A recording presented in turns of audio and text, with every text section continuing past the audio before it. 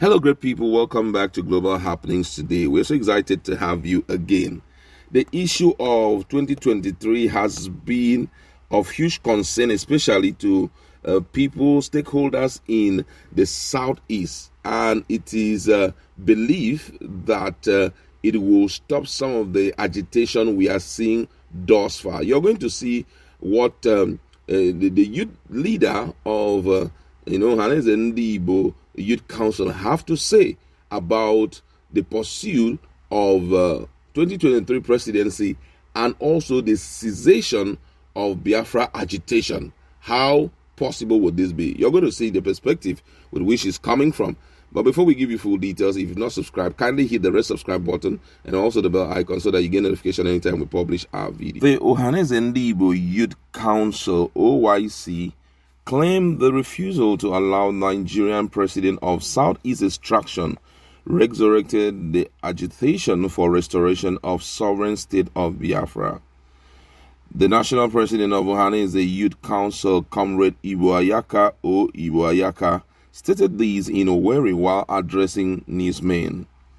The Biafra agitation took a new dimension with the leadership of indigenous people of Biafra, IPOB, led by Mazi Nnamdi Kanu, who has been in the custody of the Department of State Services, DSS, on the directive of the All Progressive Congress administration, Ibuayaka acknowledged. He said, today, there are over 15 strong secessionist groups in the Southeast agitating for Biafra. They include IPOB, led by Barrister Emeka Siri, IPOB, led by Mazi Nnamdi Kanu, Biafra government in exile, led by Engineer Innocent Amadi, Eastern People's Congress, led by Comrade Okechukwu, MASOB, led by Uche Madu, Biafra Independent Movement, BIM, led by Ralph Nwazurike, Lower Nigerian Congress, led by Tony Nnadi, Biafra National Council, led by Asari Dakubo, Biafra National Guard, led by Comrade Innocent Oji, Biafra National Youth Guard, led by Comrade Obinna Ude, Biafra Zionists, led by Benjamin Onwoka, Biafra Shadow Government, led by Engineer Awagu Iwochukwu, Biafra Striker Force, led by Chidi Owu, Eastern People's Liberation Movement, led by Nana Kalu, and many are coming up as a result of lack of inclusiveness of Ndibo in national politics and governance.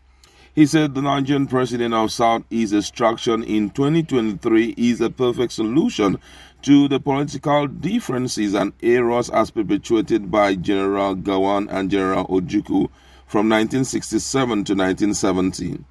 According to him, it's obvious that the new generation of Igbo extraction, those below 57 years old, didn't experience the Nigerian genocide against Ndibo, but they have inquired and currently feel aggrieved why an Igbo person has not governed Nigeria since 56 years ago. This prolonged marginalization, injustice, and economic strangulation against Ndibo have formed the opinion in over 80 million Igbo people between the ages of 15 and 57 that Nigeria is not their country. He said a Nigerian president of Southeast ought to be a patriotic call for all right-thinking members of the Nigerian society to pave the way for a new Nigeria.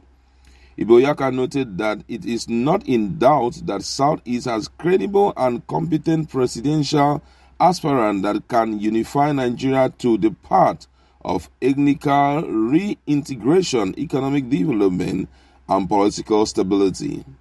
Nigerians should come into the path of present politics or political reality that Biafra agitation is the opposite of a Nigerian president of Southeast extraction, which the likes of Ogbonna Onu, Orji Uzor Kalu, Anyim Pius Anyim, Sam Ohuabunwa, George Moghalu have the patriotic capacity to unify. He said the political solution to Nnamdi Kanu's case is to integrate Igbos into Nigerian project. It sounds very interesting, but I would say that is just one perspective with which he's coming from, and I kind of agree with him when he talked about that what resulted to this agitation getting stronger and stronger by the day is as a result of some of the tales that these people have been told, that the Southeast youths have been told about the event that happened between 1967 and 1970, where reasonably a number of people died. I think up to 3.5 million or so died in the process. And, the federal government then announced that there is no vanquish and there is no victor in the war. And that was towards reintegrating the Igbos back to the mainstream of the Nigerian state. But unfortunately, it seems as if everything went south, and some persons kind of lost hope in, Igbos still willing to stay with Nigeria. And I think that was the reason why they refused to allow them to lead. But I think that this is the ideal time for them to lead. But I'll keep on saying this, that no one is so certain that if an Igbo person leads today, that Nigeria will be won. There is no assurance, and that has not been discussed fervently. The only people that we've heard talk about that had only been the likes of, as mostly the key stakeholders in all the southeastern states. But to talk about the normal person, the normal Igbo boy walking down the street, the only thing that crave his interest, or the only thing that make him feel good, is Biafra must be realized, actualization of Biafra. And I mean, I'm really shocked getting to hear about 15, groups in Southeast that are agitating for Biafra. This is unbelievable. But I think the topmost in their list is actually, IPOB. IPOB had been the ones pushing so hard to see it, being realized. And the other ones too, the likes of Biafra Independent Movement by Ralph Wazurike also is working also to see it happen. But the front burners is actually IPOB. And the question is, how far have they gone in this pursuit? How true also will it be that after power has been handed over, this crave for Biafra will end? I don't see it ending, I don't see it ending. It's going to be a lifelong thing, which maybe in the nearest future it will be realized. You understand? And some people are expecting it this year.